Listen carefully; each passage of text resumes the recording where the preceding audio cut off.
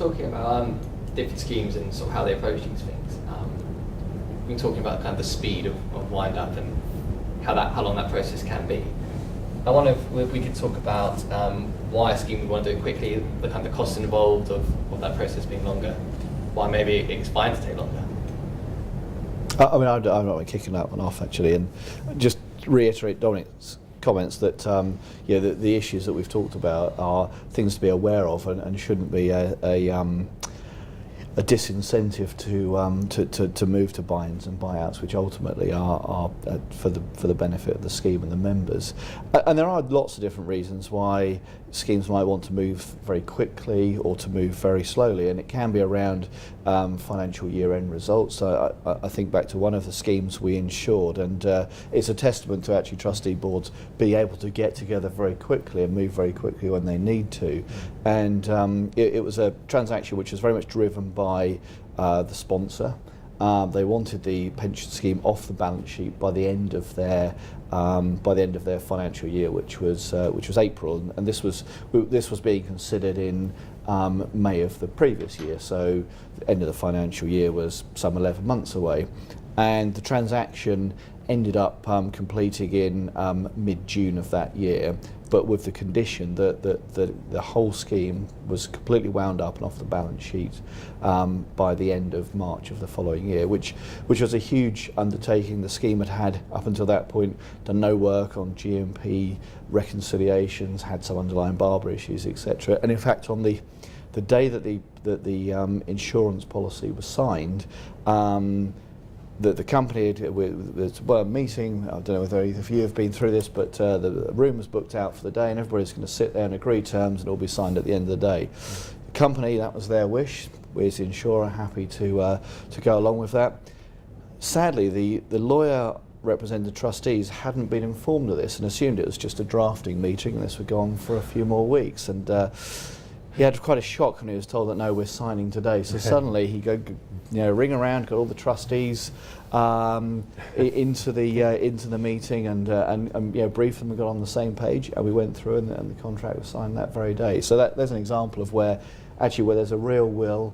The company were putting a lot of money up to make the transaction happen, but with certain conditions attached to it, and the deal got done, and the scheme did get wound up ahead. In fact, it got wound up in the February of the following year, having been through all the GMPs, etc., etc. So it is possible.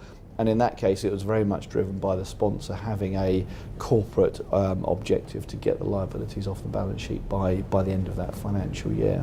And we see other schemes where there's a demerger of a business, and as part of that transaction, that they want the pension scheme liabilities dealt with.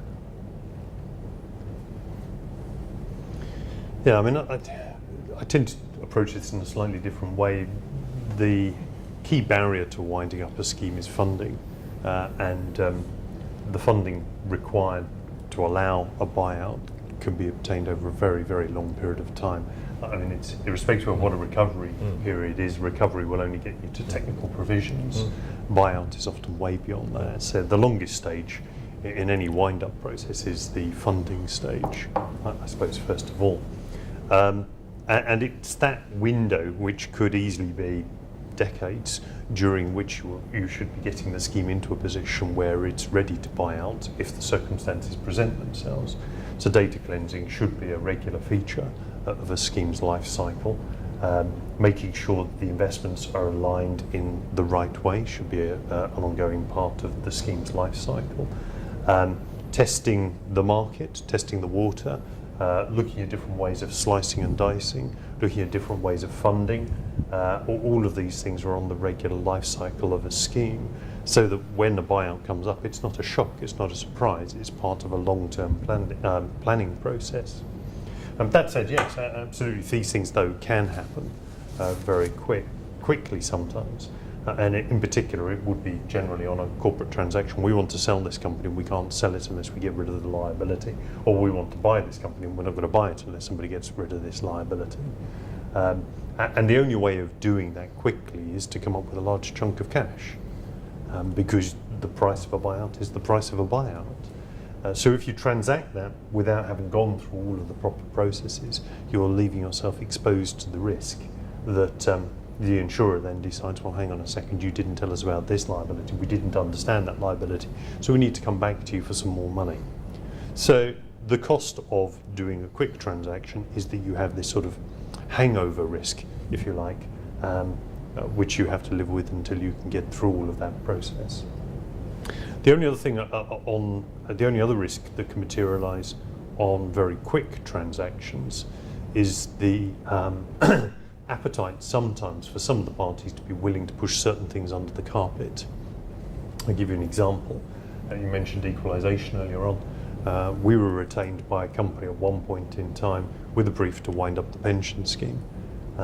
We, having reviewed the scheme, came to the conclusion that there was no basis for the way in which it had equalised in the wake of the Barber judgment. We went back to the company and said, well, we can wind this scheme up quickly, but this liability will sit on your balance sheet. You may not know it, but it's going to come back and bite you at some point in time. Their response was, we don't care, we want to get rid of this, get rid of it now. So at that point we felt we needed to resign.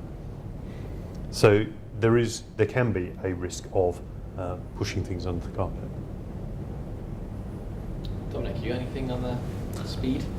Yes, well, I think particularly on that last point, we have had cases where one of the causes of delay can be if there's something that is found to be ambiguous or wrong in the way the scheme's run, whether the next course of action is to fix it or to try and find which parties to blame and pursue them. And unfortunately, if that happens, you immediately got a very substantial cause of delay in the wind-up process, which again is another good reason for cleansing beforehand. And we have got examples now of schemes that are pretty close to fully funded on buyout, either by luck or they're just quite mature, or by design.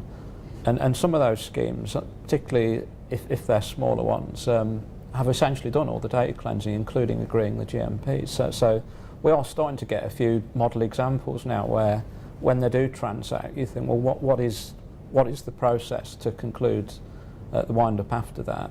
And it is essentially giving enough time for the payroll and administration transfer to the provider, which should be smooth. It's just allowing time for all parties to be comfortable, and particularly for the member communication. So we don't want the first thing the members to hear is that their pension payments are moving. So a staged communication process, so they know what's happening, why, who the insurer is, who the contacts are going to be, and so on before something actually happens. But aside from communication and administration transfer, the only problem on those schemes, and it's probably a problem that's so horrible that we're reluctant to even talk about it today, is GMP equalisation, which is the last thing left for some of these schemes to actually reach a conclusion.